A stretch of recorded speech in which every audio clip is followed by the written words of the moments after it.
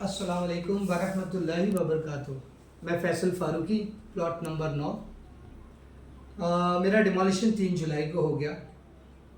आप सभी लोगों का शुक्रिया और जो आप लोगों ने कंसर्न वाले कॉल्स किए मुझे। लेकिन दर हकीकत देखा जाए तो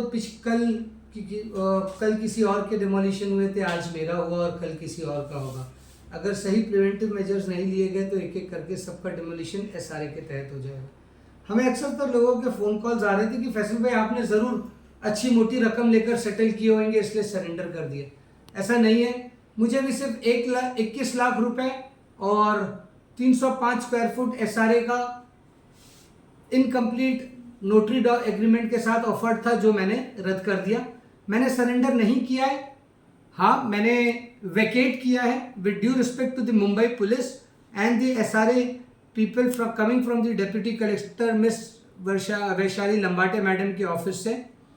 with due respect to the officials of SRA and Mumbai police मैंने वेकेट किया और डिमोलिशन की अनुमति दी, बट मैंने सरेंडर नहीं किया है और ना मैं करूंगा।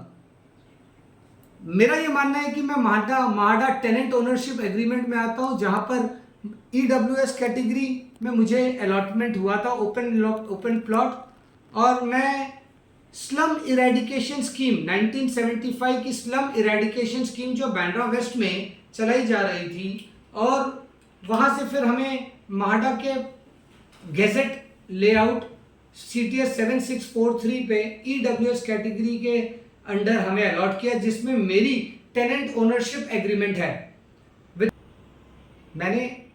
मैंने अपना मैंने इतने साल रेंट भरा और मैंने जब ट्रांसफ़र हम लोगों का ट्रांसफ़र हुआ तो महाडा ने ट्रांसफ़र फीस ली। तो आज महाडा और आज जब मेरी आप लोगों से एक अपील है कि मैंने सरेंडर नहीं किया है और मैंने सिर्फ एसआरए से एक पंचनामा की मांग की है कि मेरा डेमोलिशन पंचनामा एक वैलिडेशन रिपोर्ट है एसआरए के तरफ से कि डिमोलिशन हमने सरकार की अनुमति से की थी। दूसरी चीज़ ये कि आप लोग सभी जानते होंगे कि प्लॉट नंबर 2 में ओबरॉय रियलिटी ने प्रॉपर PAAA रजिस्टर्ड एग्रीमेंट, जिसकी मेरी भी मांग है बिल्डर से, और जब रजिस्टर्ड एग्रीमेंट मिलेगा तो मैं ज़रूर एग्रीमेंट करूंगा, ज़रूर अपना सरेंडर कर दूंगा। With due respect to all the people working in Bodhpur Buildcon और या तो फिर एसआरए के वैशाली लंबाटे मैडम, हम सब अपनी अपनी जगह अपना अपना काम कर रहे हैं। और यहाँ बिल्डर अगर कोई प्रॉफिट मेकिंग के लिए आया है तो बिल्डर, उसके बाद में सबसे पहले अगर किसी का मुनाफा और प्रॉफिट लेने का अधिकार है तो वो टेनेंट्स, जिनके लोग जो यहाँ के मूल निवासी हैं, मुंबईकर हैं, जिन लोगों ने इतने साल से भारत नगर में रहा है और महाडा को रेंट भरा है। तो मेरा सवाल ये है कि आज महाडा के एक्ट 33(5) के अनुसार ओबरॉय रियलिटी जहां हमें ओबरॉय रियलिटी प्लॉट नंबर 2 में 530 स्क्वायर फुट का रेरा कारपेट एरिया का 2 BHK फ्लैट ऑफर किया है, प्लस 40,000 मंथली रेंटल के हिसाब से 50 लाख रुपए का कॉर्पस दे रहे हैं। आई रिपीट, 50 लाख रुपए का कॉर्पस, जिसमें 40,000 मंथली रेंटल के हिसाब से आपको रेंट दिया जा रहा है और 430 स्क्वायर फुट का 2 BHK फ्लैट। तो ये है बेसिक हमारा अधिकार और हमें क्या मिलना चाहिए। अब दूसरा सवाल लोगों ने पूछा कि मुझसे लोगों ने जो पूछा वो ये कि उनका महाडा में हो रहा है और हमारा एसआरए में क्यों। तो महाडा लैंड जहां पर कोऑपरेटिव हाउसिंग सोसाइटी महाडा में रजिस्टर्ड है, वहां पर DA डेवलपमेंट एग्रीमेंट जब बनता है तो वो बिल्डर और सोसाइटी के बीच में बनता है और वो BMC में जाके सबमिशन होता है, जहां से IOD intent of development issue करती है BMC। जिसके विपरीत एसआरए में अगर एसआरए में आपका एसआरए आता, अगर आपका लैंड एसआरए में है, सेंसस स्लम डिक्लेयर्ड है, MHADA CTS 7643 is a MHADA layout, it's a gazetted MHADA layout, जहां पर 3C स्लम डिक्लेयर्ड नहीं है और ना कभी हो सकता है। हमारी यही अपील सुप्रीम कोर्ट में है। मैं फिर से सुप्रीम कोर्ट जाऊंगा और आप लोगों में से जो मेरे साथ जुड़ना चाहता है वो जुड़ सकता है।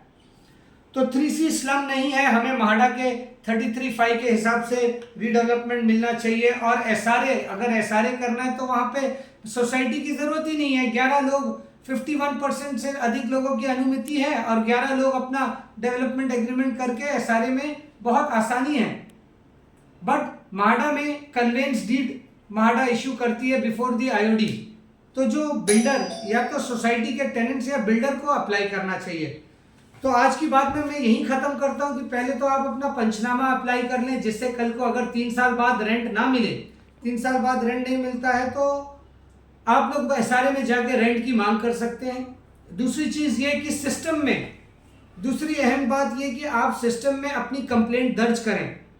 प्लॉट नंबर 7 ने जो इनिशिएटिव लिया है और हाउसिंग मिनिस्टर, ये है मेरी हाउसिंग मिनिस्टर से complaint. SRA VP and managing director VP and CEO and managing director Sanjeev Jaiswal ji MHADA के CEO, he is very respected person and मुझे पूरी उम्मीद है कि आपके support, respected Shri Mahendra Kalyankar ji CEO of SRA, हमें पूरी उम्मीद है कि हम गरीब लोगों को आपके सहारे की जरूरत है। Builders and developers profit making के लिए आए हैं। अगर आपसे हो सके तो हम लोगों को सपोर्ट करें, हमारे डीसीआर हमारे डेवलपमेंट राइट्स 33(5) के लिए। थैंक यू, अस्सलाम वालेकुम, जय भारत, जय महाराष्ट्र।